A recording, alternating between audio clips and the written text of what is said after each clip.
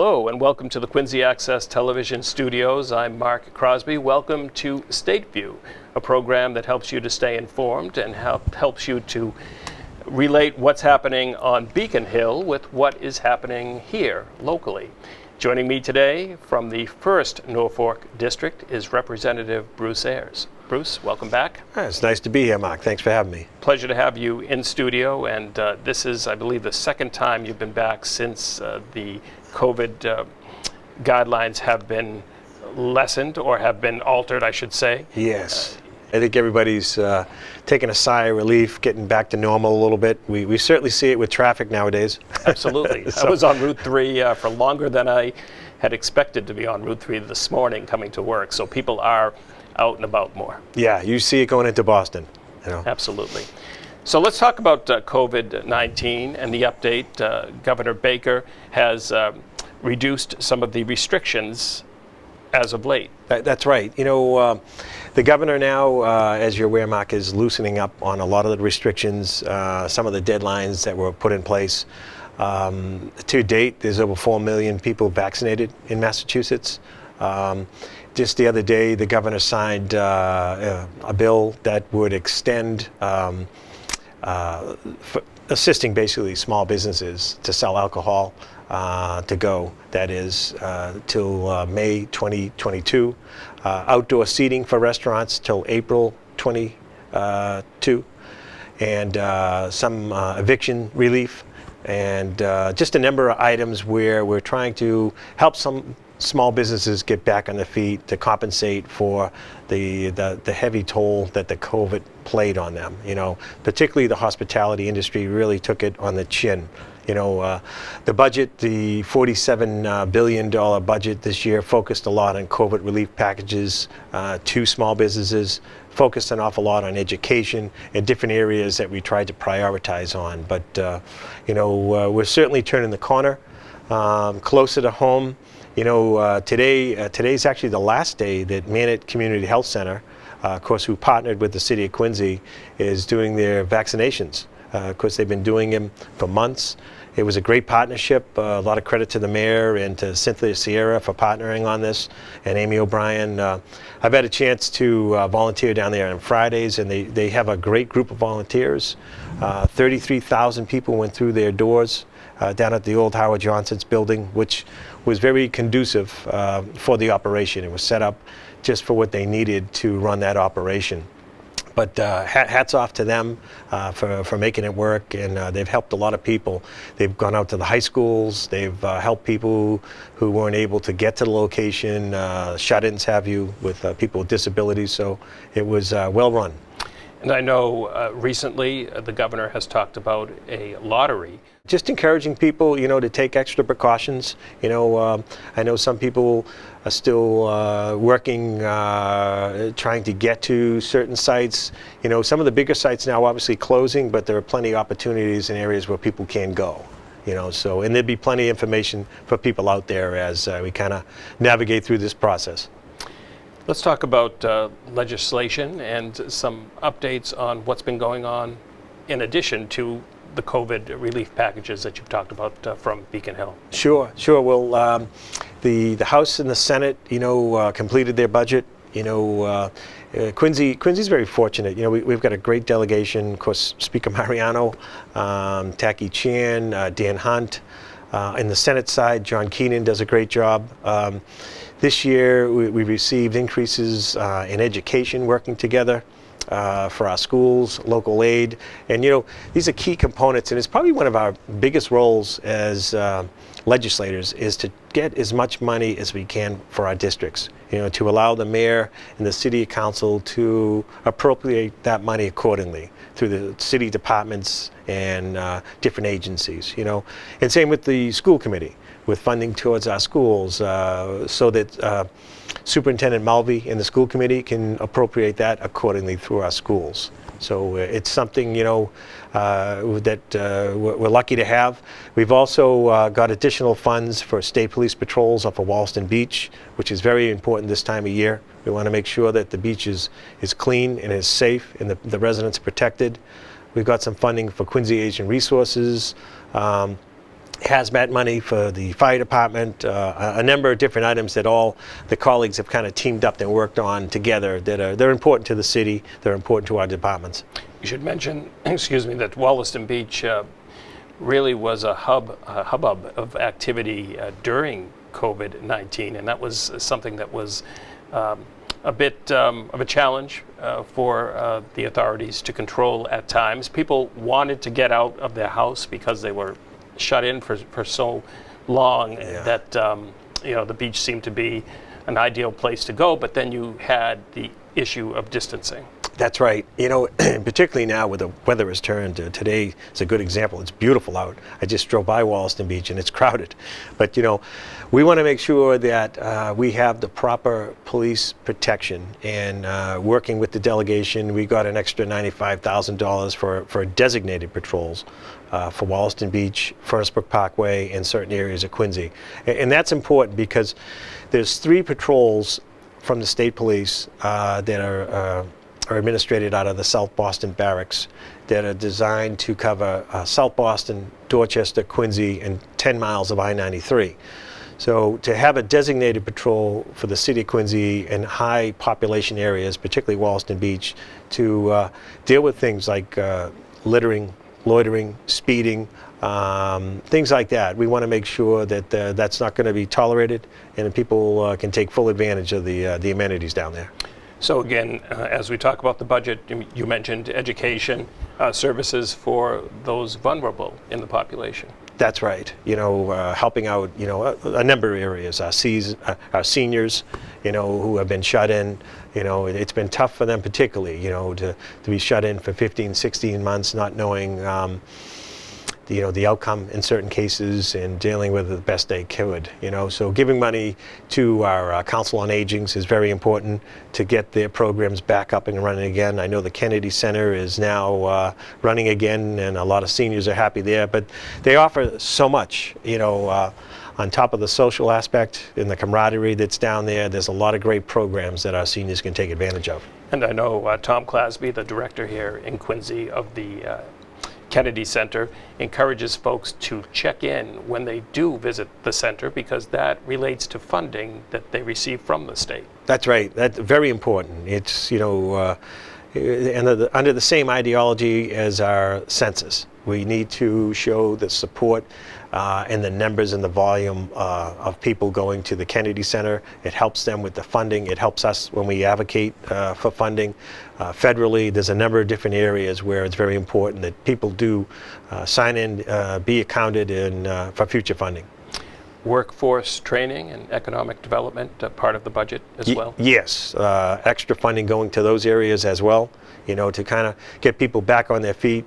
My office received, as you can probably imagine, a tremendous amount of calls early on with the COVID, with people looking for help with unemployment. Helping them get signed up properly and navigate through the system, so to speak.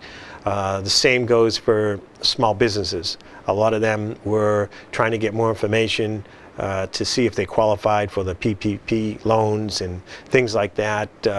And it was a lifesaver for a lot of them, just looking for a little financial assistance to get them through the tough phases of it, So we're lucky in Quincy. We've got a strong Chamber of Commerce. A lot of credit goes out to Tim Cahill, who keeps those businesses well informed of what's available for them. So it's been good. Going back to education and talking about the budget, Chapter 70 money, I have a figure here for the City of Quincy in the House budget, $31,852,007. This is for Chapter 70 education funding. That's right. Which it's an increase. So again, this is good news for the City of Quincy, good news for our school system. And again, we want to get as much money as possible we can for the school committee, for the superintendent, so that they can plan accordingly. And just as important, we want to take full advantage of the MSBA, the School Building Authority, to work with our schools to replace our schools. The city has done a great job over the years. Quincy High School, the former Sterling School, Central. We're now looking at the Squantum School. I was recently on a Zoom meeting with Senator Keating and Mayor Koch advocating for the Squantum School to get near the final phases to qualify to have a school building replaced down in that area. Squantum School it's over 100 years old. I think the last renovations were done about 45 years ago, and it needs to be replaced, especially today as education, more and more is technology driven. You need to have all the integrateds and everything, to bring us up to what's available. And it's coming along well. A lot of credit goes to the mayor, school committee, Councilor Harris. On the state side, I work with the delegation advocating with them, with Treasurer Goldberg, with the executive director, Jack McCarthy. So it's kind of a combined effort of city and state as you go through the various stages to qualify for the funding to have the schools rebuilt and replaced.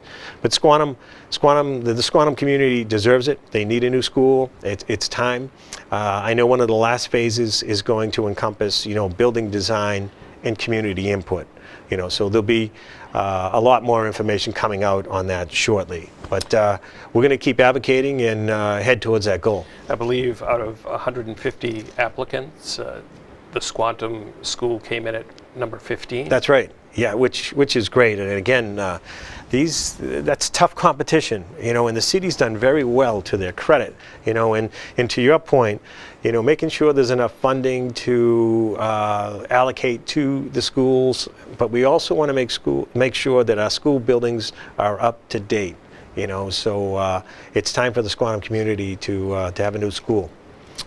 Still staying with the budget, the unrestricted government aid for Quincy, about $20,986,60 for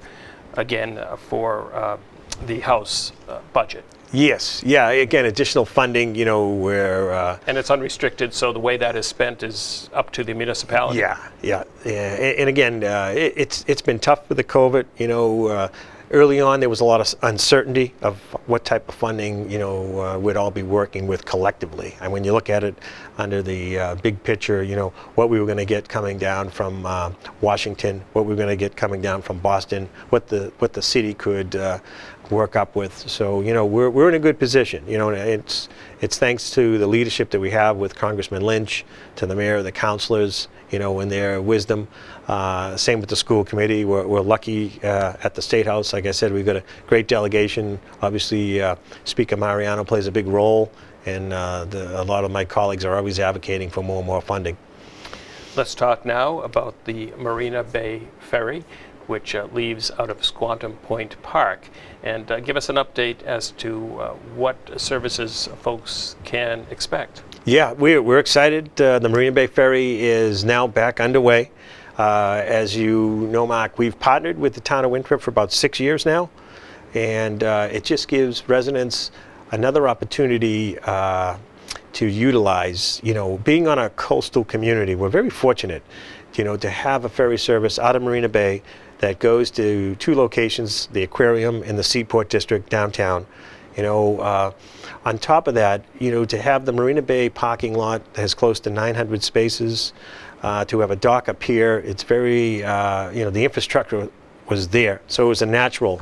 And over the years, we've taken steps to make that area more conducive. We've extended a road from Commander Shea Boulevard that goes right into Squantum Point Park. Working with the residents out at Marina Bay, it was important that had a separate access road. We wanted to make sure we were taking into account what was important to them. So it's something that I think is a great fit for that area. Giving people the opportunity to hop on the ferry to go downtown Boston, whether it's work-related or even recreational. People go into Boston, and it has a lot of potential. It helps us with our transportation, but it also helps us with our tourism.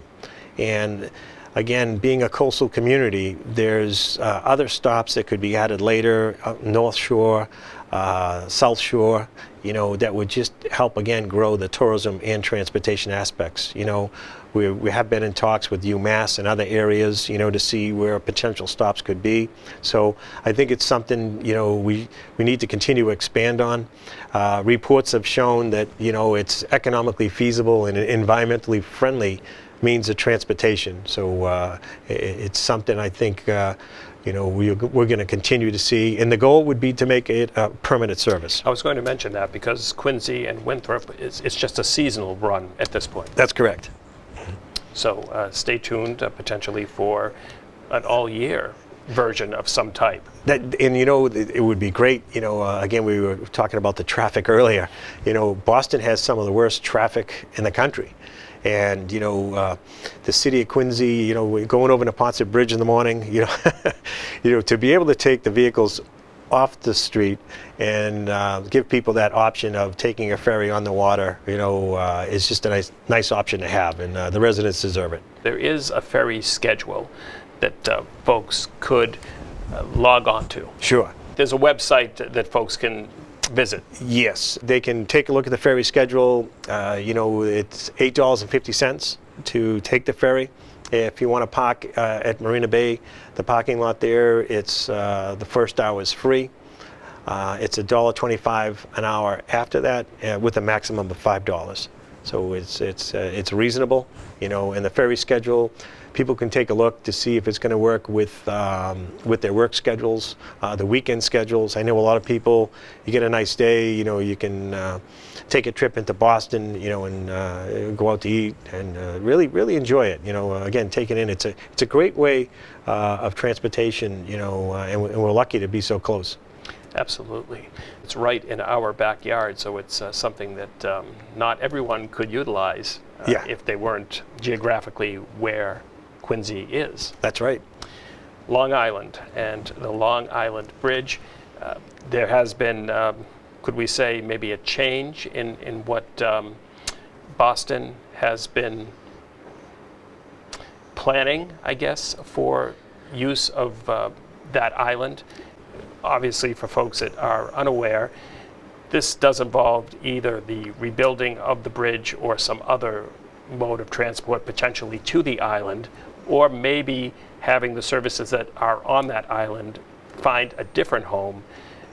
Sure. Within the city limits. Yeah. Well, now that former Mayor Walsh is the Labor Secretary, it's kind of shifted, of course, all the attention to acting Mayor Janey. And she recently signaled that she would be open to the possibility of a ferry service to the island. There was a story in the Boston Globe where she had kind of signaled that, which is encouraging because, Long Island Bridge isn't the only solution to the problem. I commend the city of Boston, for addiction treatment and recovery services, but, there are other options. And a ferry, her signaling that a ferry could be on the table is encouraging. It's certainly something that could be more economically friendly. But I recently wrote an op-ed, looking at this issue. There's a couple points that haven't really been addressed. Most of the focus is on rebuilding the bridge. And right now we know it's tied up in lawsuits, and it could be years. The cost associated with the bridge is $125 million roughly, and it's going to keep going up. The second part, which no one seems to be focusing on, is the cost associated with building the facilities out on Long Island and the infrastructure that it would be warranted, the time and the expense. Doesn't seem to be much talk coming from Boston or the candidates running for mayor out there on that, and it's a big issue. The second point in the op-ed was, if you took a bigger look at Boston, the state now is signaling that they were looking at the Shattuck Hospital with a Boston area nonprofit to potentially lease the building to help with some services, housing and things. City of Boston, and some of the candidates have talked about this, but I think it needs to be looked at closer. City of Boston could take a closer look of their inventory in inner Boston, that's closer to the bus lines, the trains, the hospitals, potential work. that could be set up quicker in less time. The Shattuck Hospital is definitely one. It's conducive for that. Dormitory-style rooms, cafeterias, things that are important to the building aspects of it. There's the Arbor Way in Jamaica Plain that's close to the Forest Hill stations. These are just the two examples, but I think, you know, if you wanted to take a bigger look at potential options rather than this focusing on a bridge, you know, they certainly could take a page out of the state's book and do an inventory or an audit of what might be available in Boston that could be more conducive, you know, that would save money, save time, and most importantly, save lives. So certainly more to come on that front, Yes. especially now that there has been a change in leadership. Let's talk about early onset Alzheimer's. Yes, that's a bill I filed that we're pushing. I have over 50 co-sponsors, and of course it's an important issue to me. My mom had Alzheimer's for 10 years before she had passed away. But what this bill would do is address early onset Alzheimer's. And the nature of the bill, under Mass Health, they have the Frail Elder Waiver. And the Frail Elder Waiver allows for services at home that you would normally get at a nursing home or an assisted living center. But there's an age provision of 60 years old. So someone under the age of 60 would not qualify for that type of service in their own home. So my bill would remove that age requirement and allow those services. You know, it's a small population, but a very important one. You know, so they should be able to stay at home in a nurturing, loving environment, and that's the goal of the bill here. You know, the bill came to me from a Quincy resident who he had his wife come down with early onset at early 50s. He had to retire from his job to take care of her. It was just devastating for him financially and emotionally, you know. So these people deserve to have those types of services so they can care for their loved ones who have been inflicted with this disease. You and I spoke just as we were getting seated about, I think you came in talking about it, and that's films that have been shot here in the Commonwealth and Quincy specifically, and that leads me to the film tax credit. Yes, you know, the film tax credit, you know, we're working to remove the sunset clause. You know, the House voted that way, and it's receiving an awful lot of support in the House, and it just makes sense. You know, economic development, like you were talking earlier, you know, this is certainly a piece or important piece of legislation that would help stimulate that. You know, we look at some of the movies that were filmed here in Quincy, like you say, Here Comes the Boom, The Black Mask, Gone Baby Gone, you know, just to name a few. But what it does is, you know, they're coming into our cities and towns, whether it's Quincy or throughout the Commonwealth, and they're spending their money and their resources. You know, they're staying at our hotels, they're eating at our restaurants, they're buying our goods and services, they're putting people to work. It's just a great way to kind of generate the economy and promote our state and our city. You know, so it's a good bill. I think it's something that's needed. It's overdue, and we're encouraged, and we'll see how that goes. Your colleague, Representative Chan, is an actor, although I'm yet to, well, no, I shouldn't say that. I did see him act in a short years ago, but potentially he may have a role someday in a film shot in Quincy. Who knows, right? He might. He is an actor. He is. I think he has his Absolutely. actor card. He does. So, you know, options there for him too. Let's talk about the Squantum Road race. Certainly one of the things with the COVID restrictions being lessened, road races are coming back. Yeah, the Squantum Road Race is back. Unfortunately, last year, of course, we couldn't run it. But this year, it's scheduled for Saturday, July 3rd, 10 a.m. 10 a.m. start, 9:30 registration. The race goes for about 2.5 miles all along the peninsula of Squantum. It's not that long, but it's hilly. You know, it's a great community race. You know, each year that we have run it, we've received an awful lot of support. all the proceeds go to the Squantum 4th of July parade. You know, so it's something where we're trying to continue that. It's named after Frank Buckley, a longtime Squantum resident, beloved person who ran the race for many, many years. Him and his wife Sandy have done so much for the Squantum community.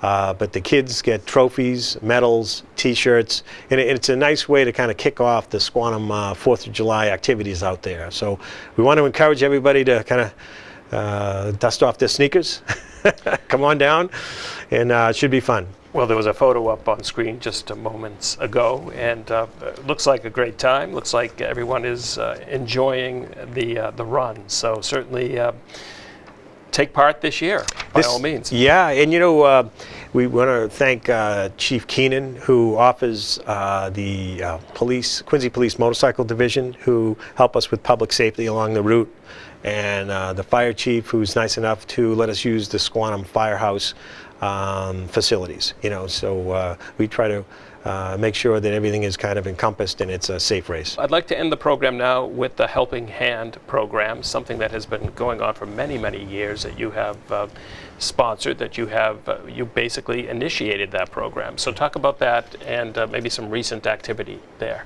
Yes, well, it's our 30th year. We're fortunate that we have a lot of people who are generous enough to donate the items to our program. You know, items such as wheelchairs, walkers, crutches, canes, commodes, tub seats. We store them at our facility in North Quincy and give them free to residents in need. You know, so we have developed a new website, and you can have a request form. You can work on it right online and tell us what you're looking for. We'll check the inventory and try to help you out.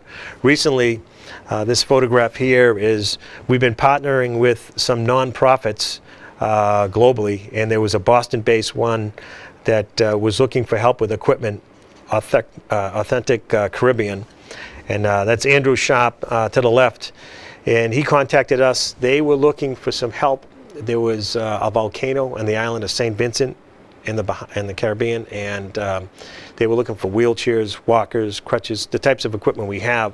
They came to the shop one day. We filled up the truck with all the items. The truck then went to New York. From there, they put it on a shipping container that went on the ships right to St. Vincent, and they were great. They sent us back photographs of people utilizing the equipment, you know, that we had sent out. So again, want to thank a lot of the people who donate these items to us, because not only is it helping people in Quincy in need, but also people internationally. And you know, the program is really designed around helping our seniors, our veterans who might not have the coverage, the medical coverage or the insurance of buying, say, a hospital bed or a wheelchair or some of these items, to allow them to live more independently at home. You know, this is just a way of kind of defraying the cost, and you know, it's a great program. We certainly encourage people to give us a call or check it out online, and we also have a new brochure that we could send out. So you know, it's available and it's free. Well, very good. I want to thank you for joining me today here at Quincy Access Television, a full half-hour program, a lot of great information, and certainly welcome you back at a later date. Great. Well, thanks, Mark. Always nice to see you. I know my colleagues certainly appreciate it. I know I do, to have the opportunity to talk to you about what's happening on Beacon Hill and how it kind of goes out to the residents and how they can get in touch with us. Great. Well, till next time. Thanks. Thank you at home for watching. You have been watching a program of Quincy Access Television. Continue to watch QATV for more locally produced programming.